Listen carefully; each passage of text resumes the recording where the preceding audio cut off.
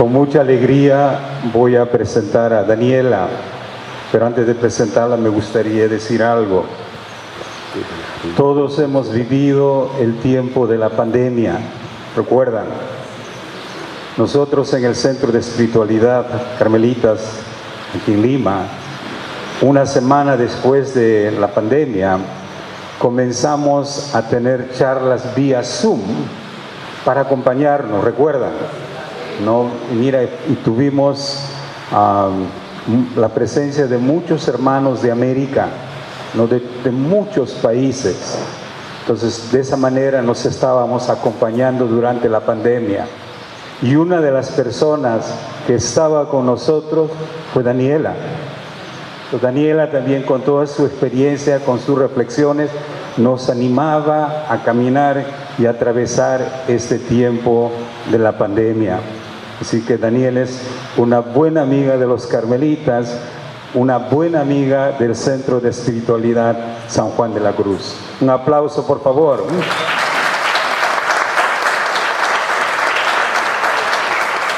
Daniela es argentina, como el Papa Francisco. No sé si el Papa Francisco es argentino como Daniela, pero bueno, por ahí va. Es una laica, es una madre de familia. Ella ha dictado cursos de religión y teología en Buenos Aires, en México y en Lima. Es licenciada en teología dogmática y actualmente enseña diversas materias en la Facultad de Teología Pontificia y Civil de Lima. Acaba de publicar un libro sobre la catolicidad de la Iglesia y está preparando su tesis doctoral, no sé si lo ha terminado todavía, está preparando sobre la Cristología espiritual de Ratzinger, Benedicto XVI. Un fuerte aplauso, por favor, para Daniela.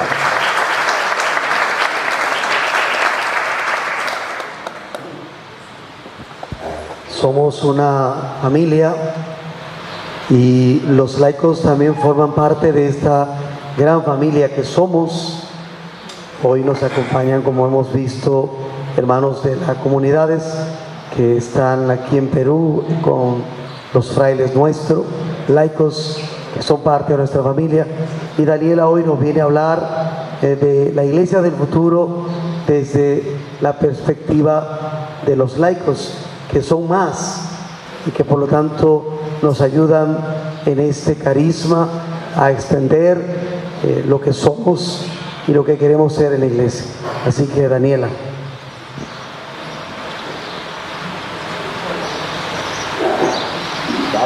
Bueno, muy buenos días, muchas gracias primero por la invitación.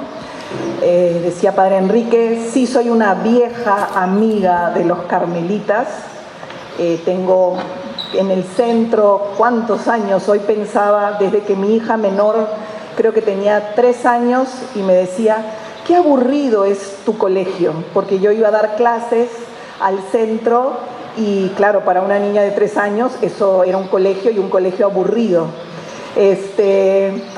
Así que soy una vieja amiga de los carmelitas, tengo una amistad de muchos años con Padre Raúl Maraví, y bueno, a partir de estos 20 años pues me siento parte de la familia carmelita. Es muy lindo estar aquí hoy, ver pues esta diversidad de lenguas, diversidad geográfica, pero que nos convence de una cosa, que somos la Iglesia Católica. Esto es una muestra de lo que somos como iglesia, ¿no? Esta diversidad en la unidad que es Cristo, ¿okay? Entonces, bueno, pues vamos a nuestro tema, ¿sí? Me pidieron hace un tiempo que presentara un poco una reflexión sobre lo que es la iglesia del futuro, ¿no? Desde la perspectiva de los laicos. Así que lo primero que vamos a hacer es, ¿sí? Aquí vamos a ver los puntos que nosotros vamos a tratar. Vamos a reflexionar un poco quién es el laico, cuál es su misión, para que luego podamos pensar en los desafíos de la Iglesia del futuro desde la perspectiva del laico, ¿ok? Porque si bien aquí estamos nosotros, los que estamos aquí, por lo que veo por aquí, muchos laicos, tenemos también a los hermanos, tenemos sacerdotes, o sea, estamos la Iglesia, sí tenemos que plantearnos o replantearnos quiénes somos como laicos para poder afrontar estos desafíos, ¿sí? Yo tengo acá mis apuntes porque si no me pierdo, así que de vez en cuando voy a ir mirándonos. Entonces, vamos a preguntarnos, ¿quién es el laico? Ahondar en la identidad del laico y después de eso podremos preguntarnos, ¿cuál es la misión del laico y cuál es la misión a futuro? En esta iglesia y en estos desafíos del futuro, ¿ok? Entonces, ¿quién es el laico? Si nosotros vamos a un diccionario, supongamos al diccionario de la Real Academia de la Lengua Española, ahí vamos a encontrar, ¿no? Va a decir algo así, laico del latín laicus y del griego laikos.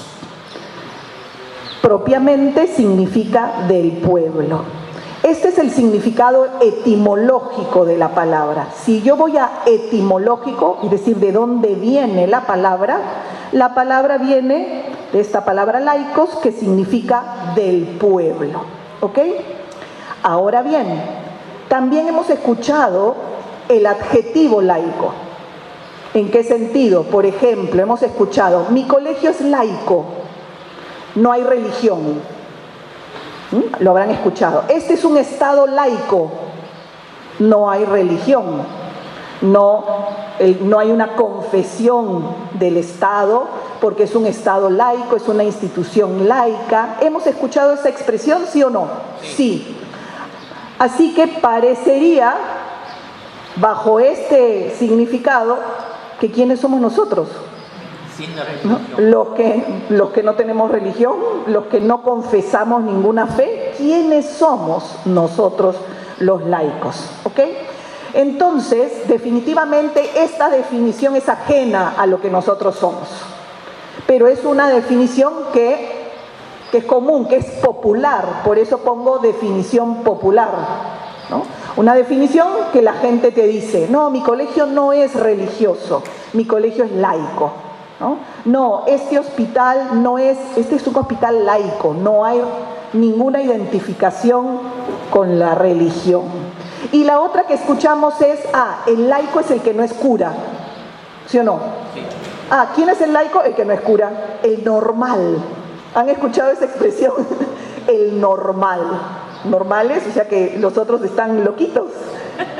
Entonces, ¿quién es el laico? El que no es cura, el que no es religioso, el que se mantiene independiente de una confesión, de su confesión, el que es normal, creo que los laicos no somos a veces muy normales. ¿Quién es el laico? ¿Ok? A ver, entonces, por suerte, pese a todo esto que es propio del lenguaje y de la idiosincrasia de hoy en día, y que es una visión reductiva, negativa de lo que es el laico, nosotros sí podemos, ¿no?, definirnos como laicos, sí podemos definirnos. Entonces, leemos un poquito lo que nos dice el Papa Francisco en la Evangelii Gaudium, que ahí les pongo el texto, ¿sí? El Papa dice, ha crecido la conciencia de identidad y de misión del laico en la Iglesia. Sin embargo, la toma de conciencia de esta responsabilidad laical que nace del bautismo y de la confirmación no se manifiesta de la misma manera en todas partes.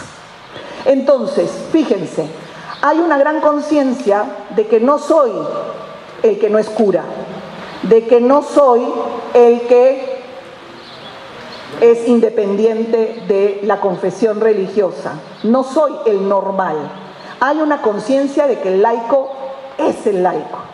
Pero hay necesidad de ¿qué? Como nos pide el Papa, de entender quién soy, qué responsabilidad tengo en la Iglesia, quién soy y qué responsabilidad tengo. ¿Por qué? Porque definitivamente no en todas partes hay una clara conciencia de nuestra identidad laical. ¿Ok? Entonces, hoy más que nunca necesitamos descubrir la hondura, la riqueza, la profundidad que tiene el reconocernos laicos. ¿Sí? Aquí tenemos, el Concilio Vaticano II definitivamente profundizó muchísimo en el tema del laico. Un capítulo, el de la Lumen Gentium, el capítulo 4 de la Lumen Gentium, trata sobre el laico. Y no solo un capítulo de la Lumen Gentium, sino otro documento del Concilio Vaticano II, que es Apostolicam Actuositatem, ¿okay? Que trata justamente la Apostólica Actuositatem sobre la misión, sobre el apostolado. Pero evidentemente, para saber que yo tengo un apostolado, para saber que yo tengo una misión, primero tengo que saber quién soy.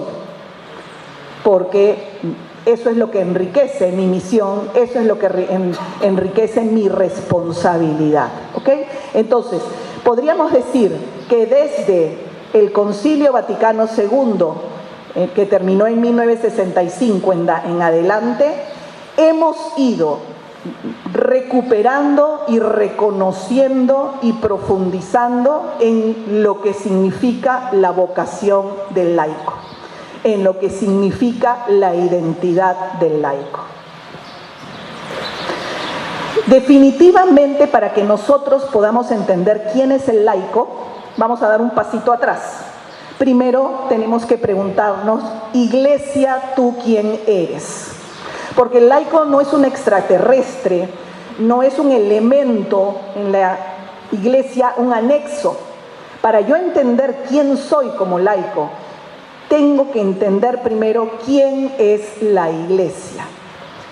Entonces, por eso les pongo esta hermosísima cita de un profesor mío, al que realmente estimo muchísimo, que dice: solo si comprendemos qué es la Iglesia, podemos comprender adecuadamente quiénes son los laicos y cuál es su misión.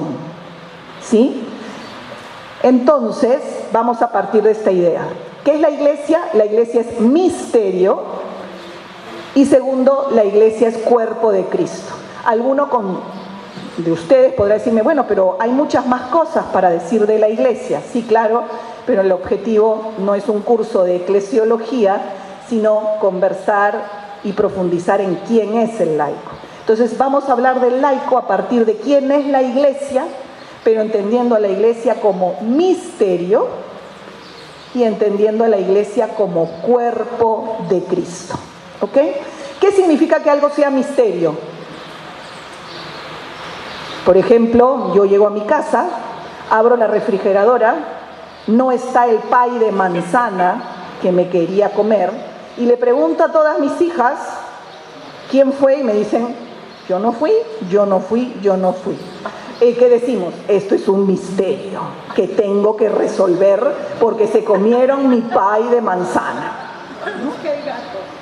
El gato, tal cual, ¿no? Entonces, la palabra misterio pertenece a nuestro lenguaje, pero en ese sentido.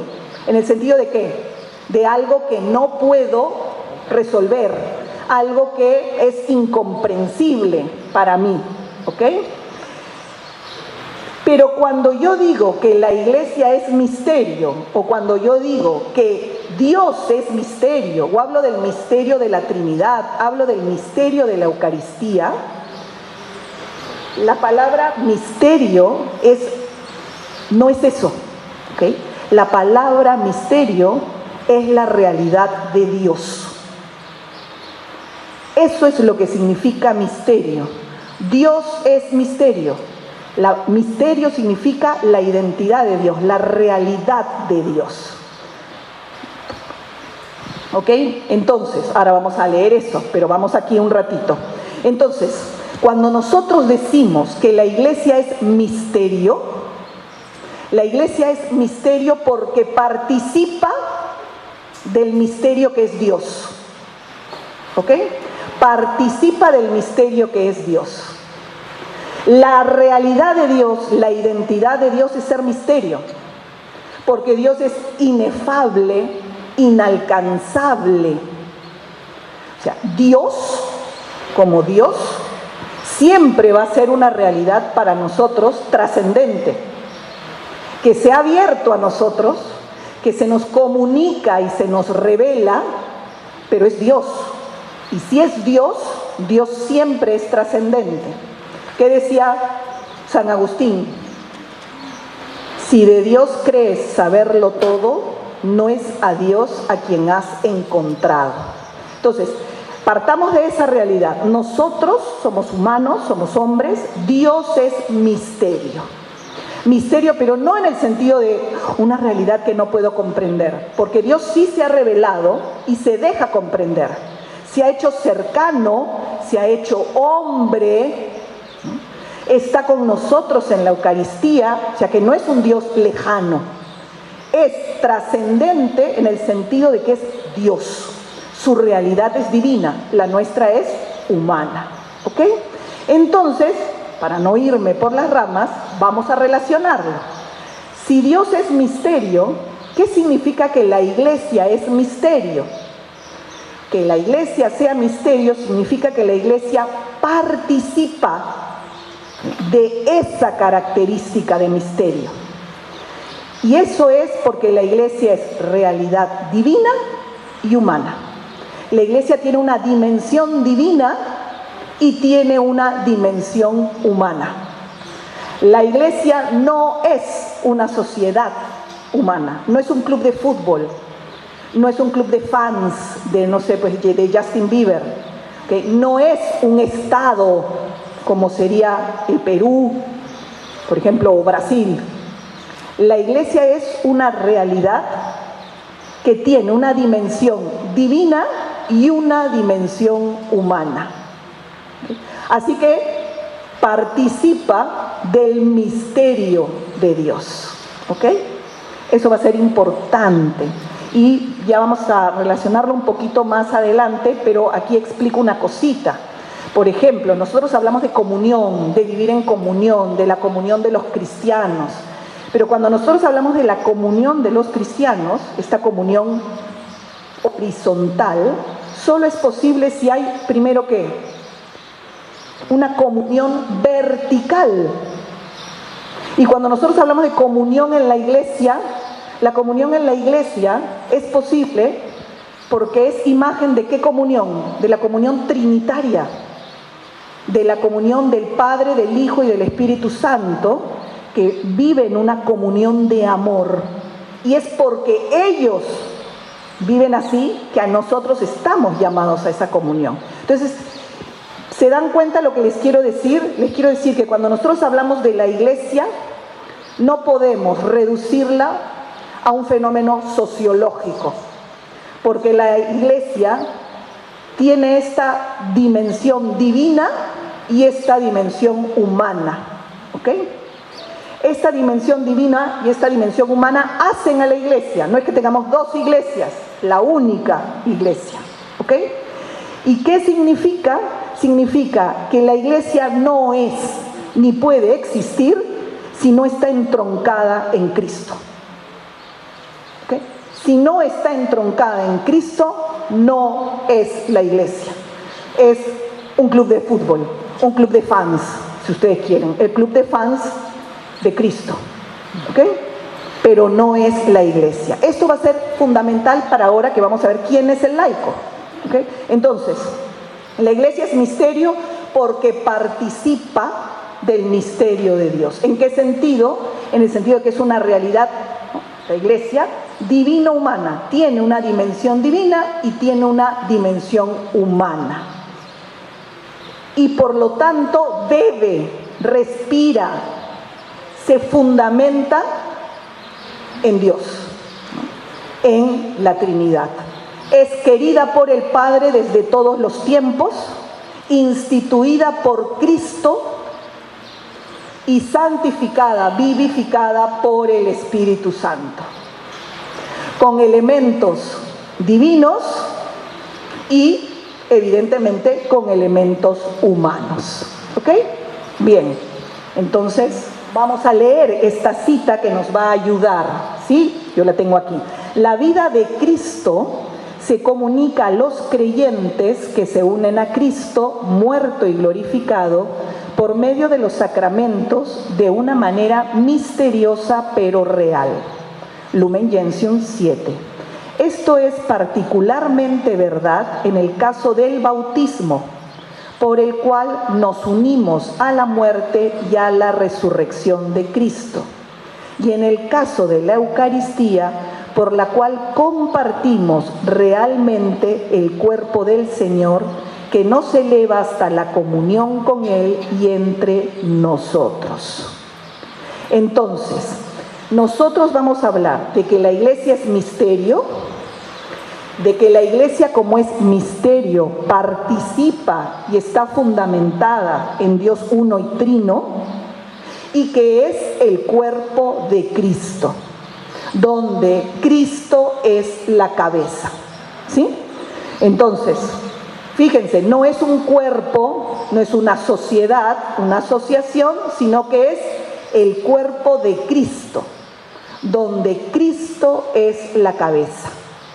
Los padres de la Iglesia llamaban a esto el Cristo total. El Cristo total, que es Cristo cabeza, la Iglesia como el cuerpo.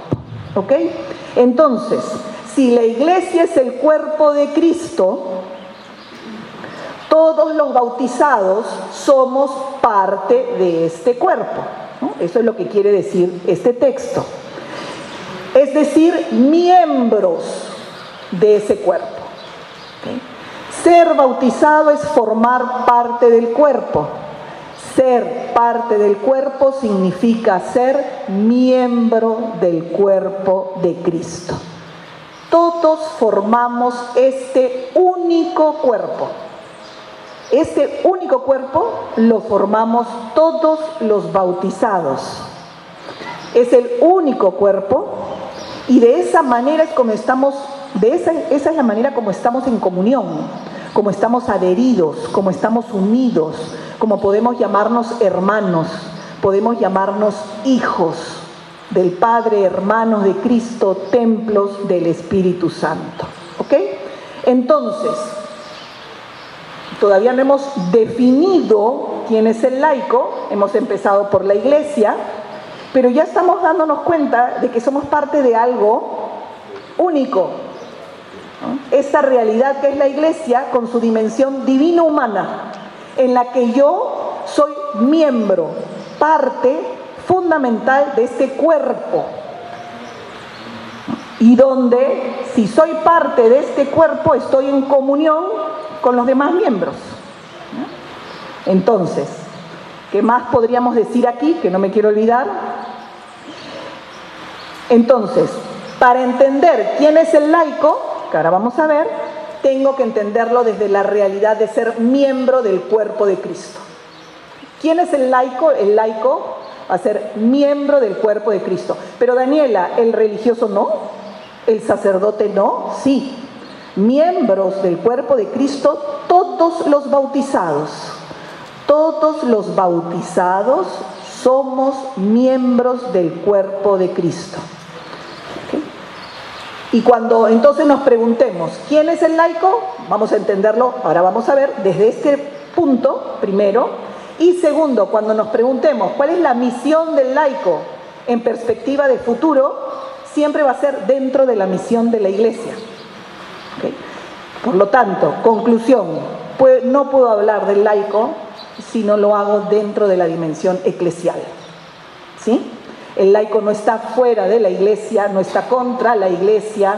El laico hay que entenderlo desde su realidad eclesial.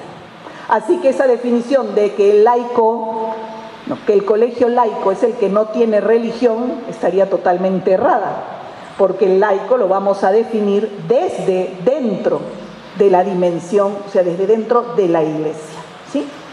Atención, dice aquí, si somos todos miembros del cuerpo de Cristo, todos tenemos una función que realizar. La misión de la iglesia entonces solamente se entiende si todos y cada uno de nosotros asume su responsabilidad, si somos conscientes de nuestra identidad y de nuestra vocación, de lo que nos toca, de nuestro compromiso bautismal. ¿Ok? Entonces, descubrir quiénes somos para entender que eso que somos genera una responsabilidad en la iglesia. Una responsabilidad que va a ser justamente resultado de nuestra identidad. Ahora sí. Entonces, vamos a ver, si ustedes quieren ya no oírme más e ir directo al grano, pues se van al Lumen Gentium 31. La Lumen Gentium 31 define y nos dice quién es el laico. Definitivamente aquí yo les podría decir que después del Lumen Gentium 31 hay muchas páginas y artículos que se han escrito sobre si realmente ahí se dice lo que es el laico o si en realidad la Lumen Gentium da vueltas. Y se han escrito muchísimas cosas y entre ellas una cosa hermosísima que es la Christi Fidelis Laicis, que es una exhortación apostólica de Juan Pablo II sobre el laico. Así que algunas cosas las vamos a tomar de ahí, ya van a ver ustedes.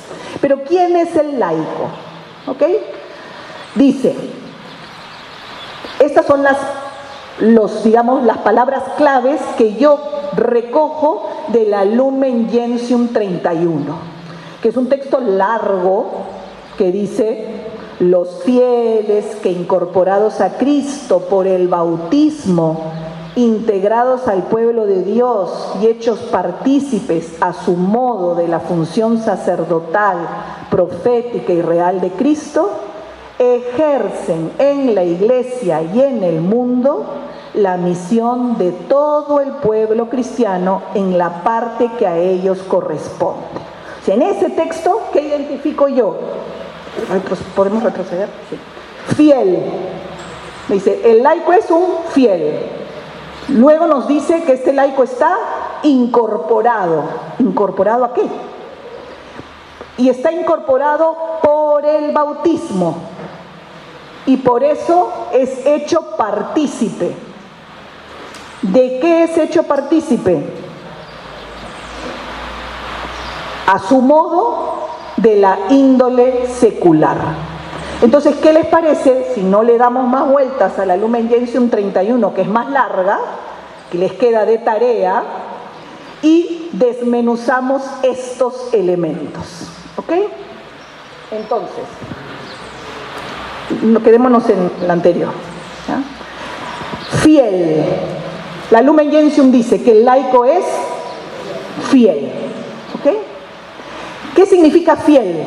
Fiel es el que se mantiene firme y constante. Vayan ustedes a un diccionario y va a decir eso. Fiel es el que se mantiene firme en su palabra, en su compromiso.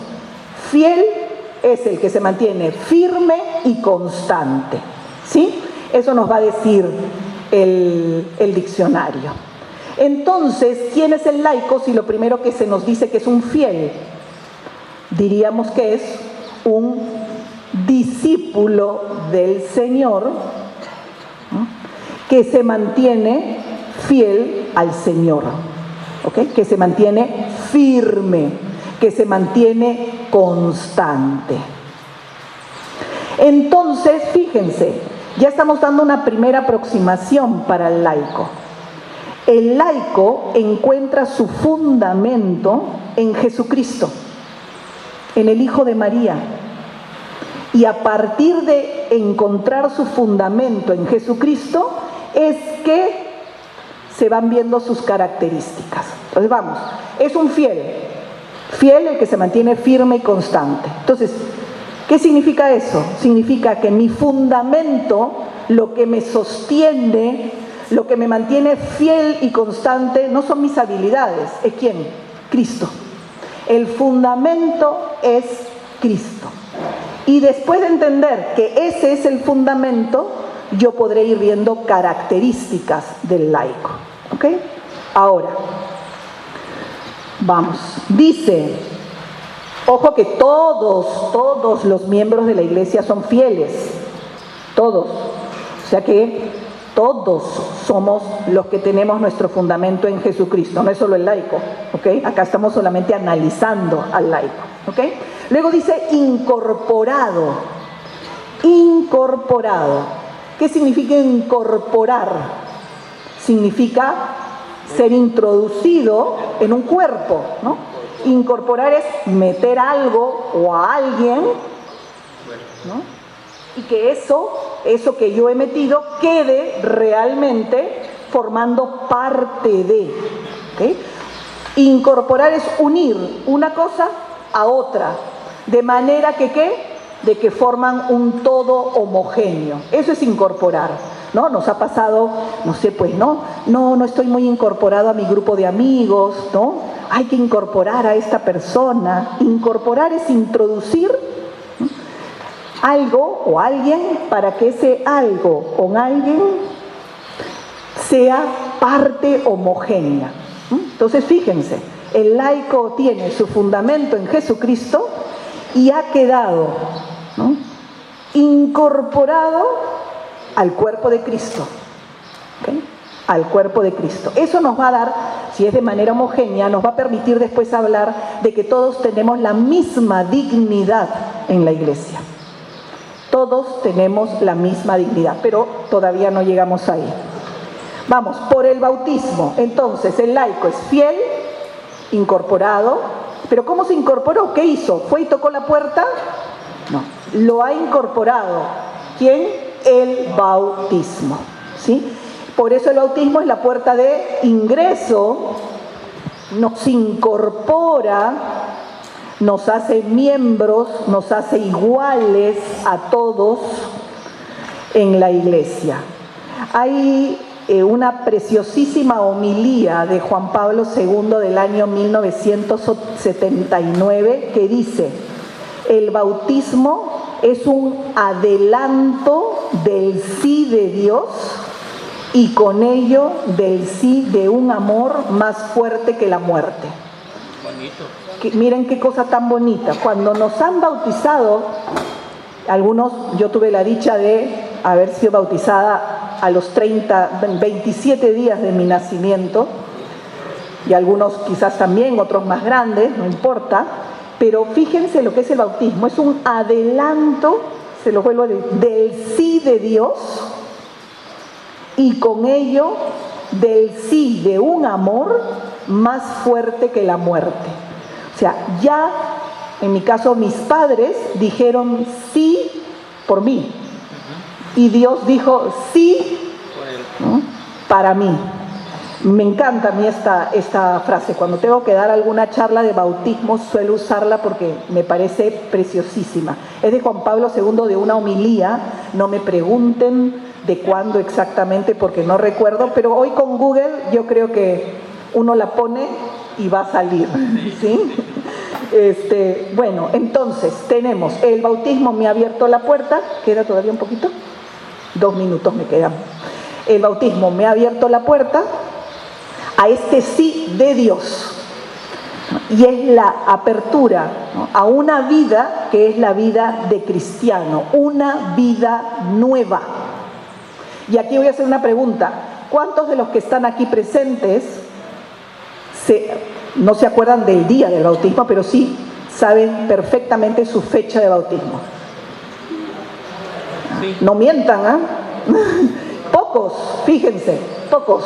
Entonces ahora yo pregunto, si ese día yo he nacido realmente a una vida nueva, si desde ese día realmente hay en nosotros un cambio ontológico, renunciamos al hombre viejo, muere esa vestidura y nacemos a una vida nueva.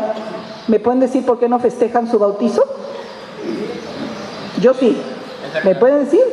Tarea número 2. Ir al arca de la familia a ver cuándo han sido bautizados y a partir de hoy celebrarlo. ¿Sí? ¿Por qué? Porque es el nacimiento de una nueva vida. Tengo que hacer aquí una pausa para una nueva respiración. Vamos a pedirle al equipo de animación unos minutos para animarnos, ¿verdad? Está muy interesante, sobre todo este tema de la incorporación. En un suceso, en un acto, en una actividad como la que acabamos de tener de cantar todos juntos, ¿no? Pero participar significa tener el mismo nivel de implicación, ¿no? Participar, ¿no? ¿Qué hacen? Todos hemos ido al colegio y alguna vez nos hemos quejado de ese compañero de grupo que no trabaja, ¿verdad? Es que Juan no participa, es que María no participa. Participar entonces puede ser recibir algo que se está repartiendo o actuar, ¿no?, en un acontecimiento, en un suceso, en una situación, pero ¿dónde está la clave? En que es el mismo nivel de implicación. O sea, estoy comprometido como los demás. ¿Sí? Entonces, los dos nos sirven para entender lo que significa que por el bautismo somos hechos partícipes. Pensemos. Recibir, habíamos dicho, algo, o sea, recibir una parte de algo que se está repartiendo. ¿Qué se nos reparte con el bautismo? La vida nueva. ¿Qué se nos reparte? La gracia, que es la vida de Dios. La vida nueva. Entonces, si yo digo que por el bautismo soy hombre nuevo, que he nacido a una vida nueva, a una realidad ontológica distinta, que el bautismo ha hecho un cambio en mí, esto es porque he recibido un don. He recibido una gracia, he recibido la vida de Dios. Por eso decimos recibir algo, una parte de lo que se está repartiendo. Ojo que la gracia no es que se parte en pedacitos, ¿no? Eso ya, pero lo vamos a dejar. Entonces, la gracia, que no es otra cosa que la vida de Dios, es para mí, en mí, por la que yo voy a ser hijo de Dios. Y vamos a la otra definición, ¿no? Participar es actuar junto a, con el mismo nivel de implicación. Entonces, por el bautismo formamos parte del cuerpo de Cristo, formamos parte de la comunión eclesial y por lo tanto estamos implicados en la vida de la iglesia. O sea, participamos en la vida de la iglesia todos con la misma implicancia, o sea, la misma responsabilidad. A ver, no es que todos tengamos la misma función, pero sí tenemos la misma responsabilidad, que es el Evangelio, el anuncio del Evangelio, llevar a Cristo a todas partes, ¿ya? Cada uno a su modo. Por eso ahí dice a su modo, ¿sí? Entonces, hemos recibido algo que es la gracia, la vida de Dios en nosotros, y se nos llama a la misma implicancia, ¿no? A la misma, al mismo compromiso, a la misma participación. ¿Okay? Entonces, es el mismo nivel de implicación, una participación que es activa. Esa va a ser otra característica clave. La participación debe ser una participación activa, responsable, ¿sí? La vocación del laico no es pasiva.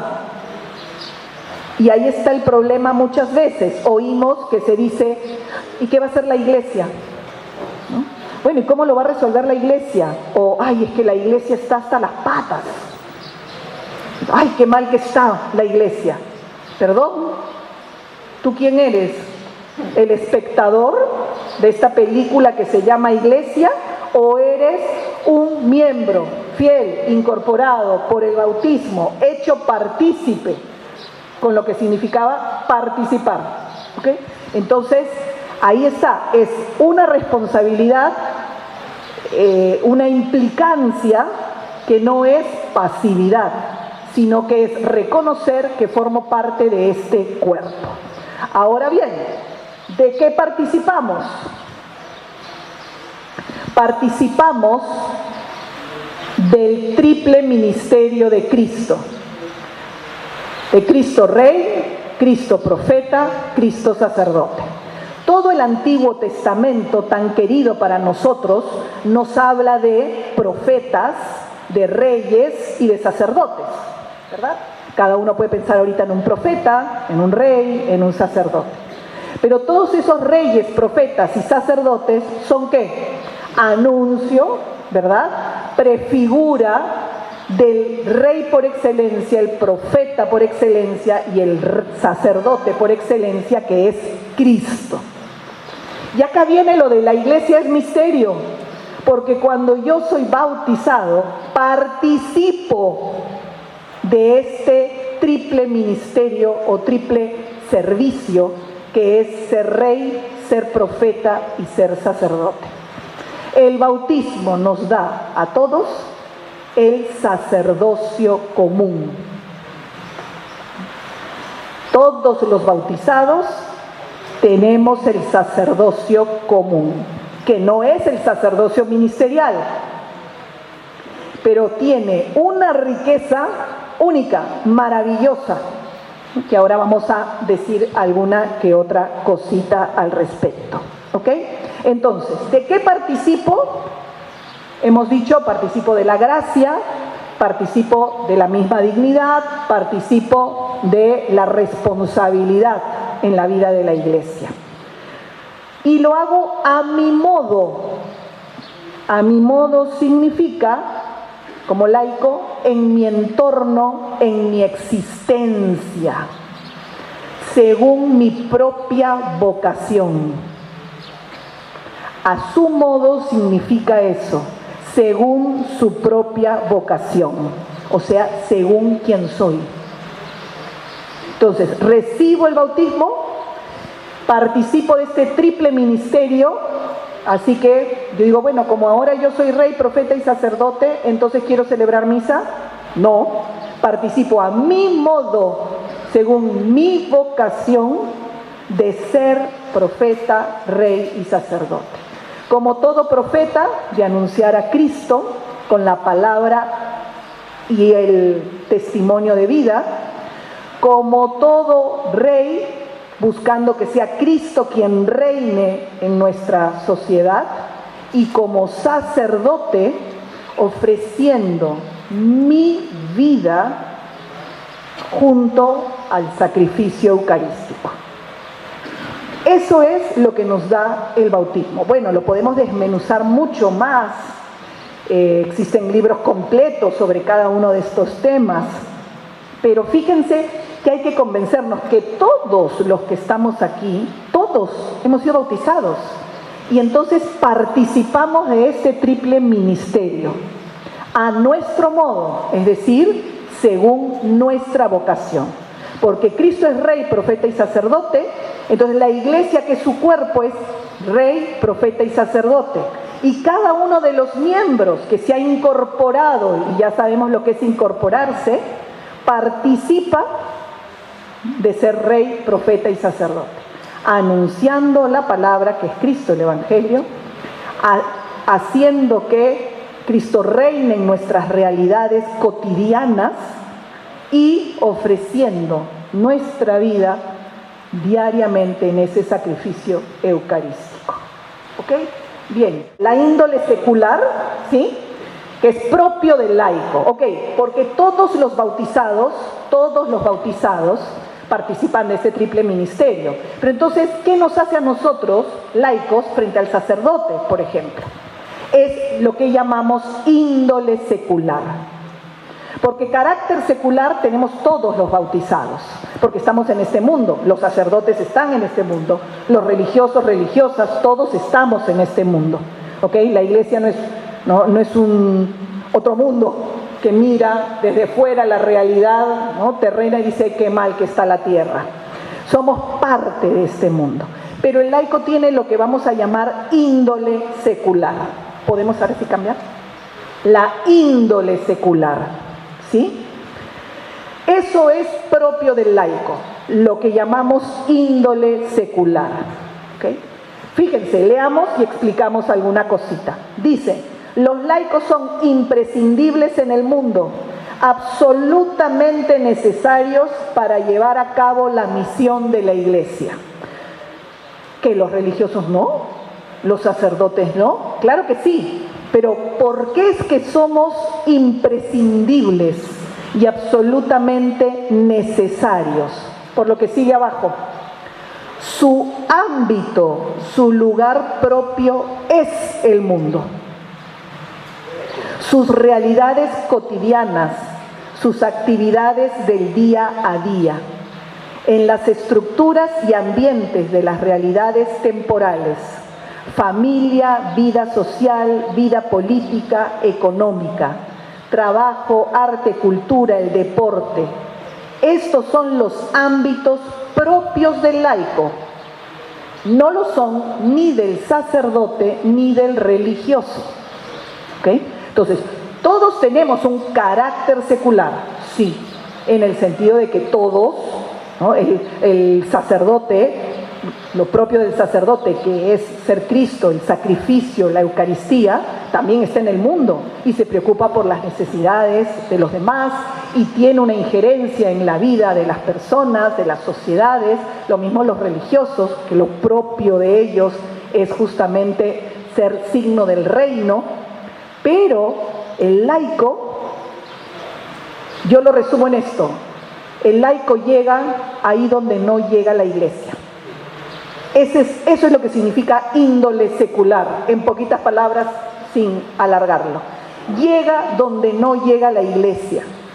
¿Y a dónde no llega la iglesia? La iglesia no llega cuando yo estoy sentada en mi despacho de abogado, por ejemplo, y me vienen a coimear.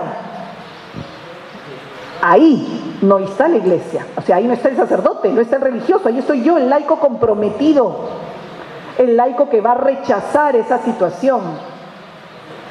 Ahí donde no llega la iglesia está el laico. Por eso es imprescindible y absolutamente necesario en la misión. Primero que somos la mayoría. Los laicos, en números, somos la mayoría. ¿Sí? Y llegamos y debemos llegar ahí donde no llega la iglesia. Aquí es una invitación a que cada uno se piense a sí mismo y diga, ¿dónde estoy yo que tengo que ser iglesia porque ahí no está llegando la iglesia? En mi vida familiar, en el trato con las personas que trabajan para mí, en el trato con mis compañeros de trabajo, en, como les decía, en asuntos más importantes, ¿no?, como una coima o no ser partícipe de una situación que es inhumana, que va en contra de lo que es la dignidad de la persona, etcétera, etcétera. ¿Hasta ahí se entiende? ¿Sí? Bien. Entonces, vamos bien todavía, ¿no? Sí. Entonces, esa es la índole secular. El lugar propio del laico es el mundo. El laico no tiene que escapar del mundo. Las realidades temporales son parte del laico. Entonces el laico no tiene que decir, ay, yo quiero ser como este religioso o este sacerdote. Claro, yo puedo copiar ¿qué? Virtudes, ¿no es cierto? Características, pero yo soy laico. Mi lugar es el mundo y desde ahí voy a vivir mi ser cristiano, mi compromiso, mi estar incorporado a Cristo. ¿Sí? Miren lo que dice. Les leo una cosita chiquitita, que no la he puesto ahí, de la Lumen Gentium. Dice, Las realidades que son solo propias del laico, las realidades temporales.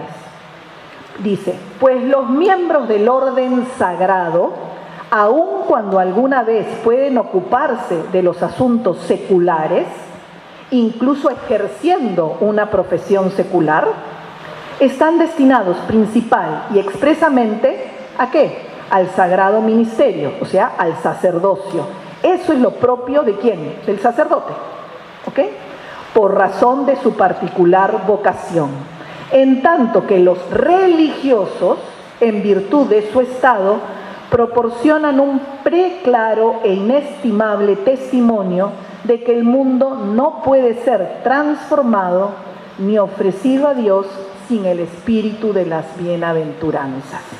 Entonces, cada uno tiene una vocación, cada uno tiene algo que lo caracteriza. Y acá convenzámonos que el del laico es estar en el mundo, ahí donde no llega la iglesia.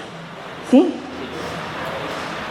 Y esto es hermosísimo en ese documento que les decía de Juan Pablo II, que se llama Christi Fidelis Laicis. En los números 15 y 16 de ese documento, 15 y 16 de ese documento, el Papa habla maravillosamente de lo que significa estar en el mundo. Se llama Christi Fidelis Laicis. ¿Sí? Bien, o los fieles laicos. Bien, ahora sí, podemos cambiar. Entonces, yo busqué una imagen que me parece hermosísima. A veces las imágenes, la cruz está, ¿no? Está dando parece una sombra, pero en realidad es la sombra como protegiendo y llegando a todo lo que es el mundo, ¿no? Entonces dice, cada ambiente, cada circunstancia y cada actividad en el que se espera que pueda resplandecer la unidad entre la fe y la vida, está confiado a la responsabilidad de los fieles laicos, movidos por el deseo de comunicar el don del encuentro con Cristo y la certeza de la dignidad de la persona humana. ¿No? O sea, cada ambiente, cada circunstancia, cada actividad en la que se espera que pueda resplandecer la unidad de la fe y la vida, está confiado a nosotros, es nuestra responsabilidad. Actividades, piensen en la que quieran, ambientes de los que participamos, circunstancias, ¿no? En las que se espera que nosotros seamos sal del mundo, sal de la tierra, luz del mundo, ¿no? Por ahí entonces vamos. Bien, entonces, ahora sí, hasta aquí lo que hemos visto es quién es el laico. Nos queda claro que el laico es aquel que ha recibido el bautismo, entonces es el fiel dijimos, que se incorpora por el bautismo y se hace partícipe a su modo, ¿no? Y tiene esta índole secular. Eso es lo que es el laico. Ahora, pasamos al segundo punto. Ya sé quién soy y ya entiendo que cada ambiente, cada circunstancia, cada actividad donde se pida, donde se necesite, ¿okay?, la unidad de la fe y de la vida, estoy yo llamado a comprometerme. ¿Ok? Entonces, ¿cuál es la misión del laico? La misión del laico es la misión de toda la iglesia, la santidad. La iglesia no tiene otra misión que no sea la santidad, la vocación universal a la santidad.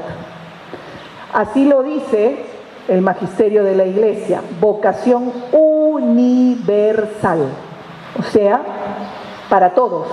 Que no es solamente para el padrecito o para la monjita, no. Todos estamos llamados a la santidad. ¿Ok? Entonces, fíjense lo que dice aquí. La vocación de la iglesia es la vocación de todo bautizado. O mejor dicho, todo bautizado tiene la misma vocación que es la iglesia, que es la vocación a la santidad. Estamos llamados, vocare, vocación, llamados a la santidad. La santidad no es otra cosa que la salvación. La santidad es la vida de Dios. Estoy llamado a eso. Dios quiere que todos los hombres se salven. O sea, quiere que todos seamos santos. Y aquí me acuerdo una expresión del Papa Francisco que me encanta, que dice, seguro la han oído, ser santo no significa poner cara de estampita. ¿La han oído? Entonces yo me imagino y digo, a ver, ¿cómo sería mi cara de estampita? Es fenomenal esa frase, ¿no? Me falta Casillo. Esa frase es genial, porque lo que nos dice es, ser santo no es poner cara de estampita. Ser santo es vivir aquí esta vocación a la que has sido llamado. Este compromiso con tu realidad de cristiano. Comprender que desde que has sido bautizado, se te ha abierto una puerta que es vivir ya gozar la santidad, que es la vida de Dios. Entonces, ¿qué es la vocación? La vocación a la santidad, a la salvación. ¿Quién es el modelo? El Padre, ¿no? El mismo Jesús dice, sean perfectos como mi Padre es perfecto, ¿no? Sean santos porque santo soy yo, el Señor vuestro Dios. ¿Ok? Y ser santo no es poner cara de estampita. Ser santo es vivir mi compromiso, ese compromiso que he adquirido en el bautismo. No me quiero olvidar, espérense que aquí anoté algo. ¿Y saben qué significa? Darle a Dios la prioridad en nuestras vidas. Darle a Dios la prioridad en nuestras vidas. Después lo vamos a ver, pero ese es uno de los desafíos para el futuro y para el hoy. El hombre no le da a Dios la prioridad en su vida, ¿ok? Entonces, darle a Dios la prioridad en nuestra vida significa entregarnos a Él sin peros, sin miedos, no a medias, sino entregarnos totalmente. Es lo que rezamos en el Padre Nuestro, hágase tu voluntad. Bueno, en realidad que se haga mi voluntad, si se puede, Diosito, ¿no? Decimos, que se haga tu voluntad. Y la voluntad de Dios nunca puede ser mala para nosotros. Entonces, por ahí va. Entonces, vocación es vocación a la santidad, que es la salvación, que es ser como Dios. Nunca vamos a ser Dios porque somos hombres, pero ser como Dios significa compenetrarnos con Él, y por eso significa aquí darle a Dios el lugar que a Dios le corresponde. Hay algo les iba a decir y se me olvidó. La voluntad. Ya me acordé. Esta vocación a la santidad es seguir a Cristo, es querer ser como Cristo. ¿Y qué significa querer ser como Cristo? Querer ser como Cristo es dejarnos conducir por el Espíritu como Él se dejó conducir. Significa querer la voluntad del Padre como Él lo quiso. Eso es, no hay otra fórmula, no es cara de estampita. Es esto de lo que estamos diciendo, ¿sí? Entonces, para ir cerrando aquí, ser santos, me he anotado yo esto, es conservar la gracia que hemos recibido en el bautismo. Todos los que asistimos al bautismo de alguien somos conscientes de que ese recién bautizado es santo, ¿sí o no? Porque no tiene ningún pecado. Es hermoso, eso es lo que significan esas vestiduras y esa alegría. Entonces, ser santos es busquemos conservar la gracia del bautismo. Ese sí, ¿se acuerdan? Ese sí de amor eterno que ha hecho Dios con nosotros. ¿Sí? Y les leo muy cortito, bueno, no es tan cortito, pero les voy a leer una cosita que me anoté de Joseph Ratzinger. Ustedes oyeron que estoy haciendo mi tesis al respecto, así que todo lo que estoy leyendo tiene que ver con él. Pero él se dirigía a los jóvenes alemanes y les decía: queridos amigos, muchas veces se ha caricaturizado la imagen de los santos y se los ha presentado de modo deformado, como si ser santos significase estar fuera de la realidad, ser ingenuo o ser sin alegría, cara de estampita. A menudo se piensa que un santo es solo aquel que hace obras ascéticas y morales de altísimo nivel y que precisamente por ello se puede venerar, pero nunca imitar en la propia vida, ¿no? Como que fuera algo inalcanzable. Lo admiro, lo venero, pero qué equivocada y decepcionante es esta opinión. No existe ningún santo, salvo la bienaventurada Virgen María, que no haya conocido el pecado y que nunca haya caído. Queridos amigos, Cristo no se interesa tanto por las veces que flaqueamos o caemos en la vida, sino por las veces que nosotros, con su ayuda, nos levantamos. No exige acciones extraordinarias, pero quiere que su luz brille en ustedes. No los llama porque sean buenos y perfectos, sino porque Él, que es bueno y perfecto, quiere hacernos amigos suyos. Sí, ustedes son la luz del mundo porque Jesús es vuestra luz. Ustedes son cristianos no porque hacen cosas especiales y extraordinarias, sino porque Él, Cristo, es vuestra vida. Ustedes son santos, nosotros somos santos, si dejamos que la gracia de Cristo actúe en nosotros. Cierro aquí.